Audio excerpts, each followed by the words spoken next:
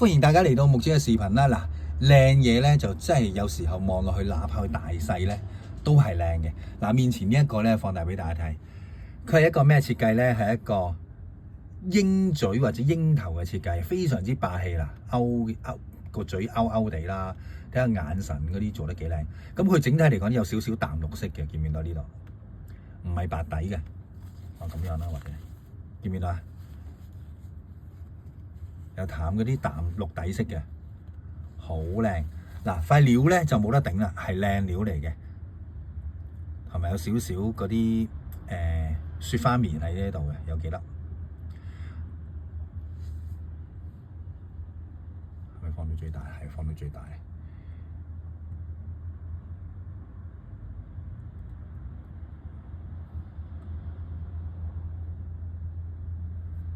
整體有膠感，有冰感，有熒光感，乜感都齊晒。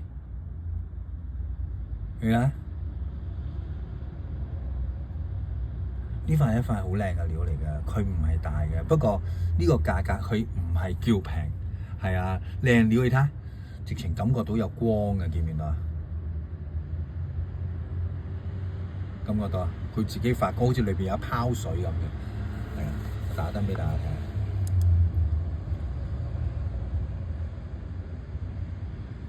佢都有少少好輕微嘅棉嘅，但唔多啦。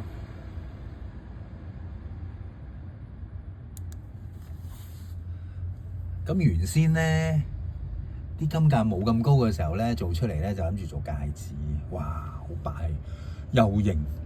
你睇下，係啊。不過金價越嚟越貴，咁啊遲下先啦，遲下先啦，遲咗好多年之後，發覺原來根本上都冇做到，但係間唔中咧拎出嚟睇咧係靚嘅。呢啲我冇打窿嘅，因為個原身個就係諗住做戒指嘅呢個。哇！真係靚料真係唔使講，好靚啊呢個。韓語真係話齋，都唔知點解咁靚嘅。有時候真係望落去，自己覺得哇，原來自己之前都咁有眼光啊！我呢啲嘢而家今時今日好貴啊，但係自己又覺得。而家未必再新料未必買得起啊，或者點樣都好啦，或者啲工特好貴啦。但係以前都捨得買呢啲嘢喎，咁跟住不經不覺原來又過咗一段時間啊，咁樣又間唔中拎出嚟睇下咁樣，呢個係好靚。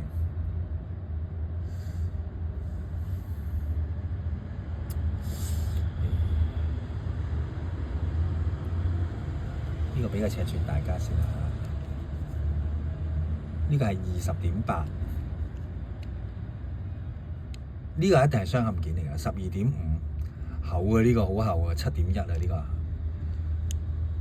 應該咁度嗰啲，度個弧度個位置。嗱，度呢個弧度就少啲啦，6.2啦，6.9，6.8個弧度呢度。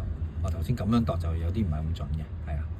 咁樣度就好啲，6.8嘅，係啊。好啦，希望大家鍾意今晚一系列嘅小冰件或者小精品嘅分享啦，好嗎？咁啊，多謝支持木子手作。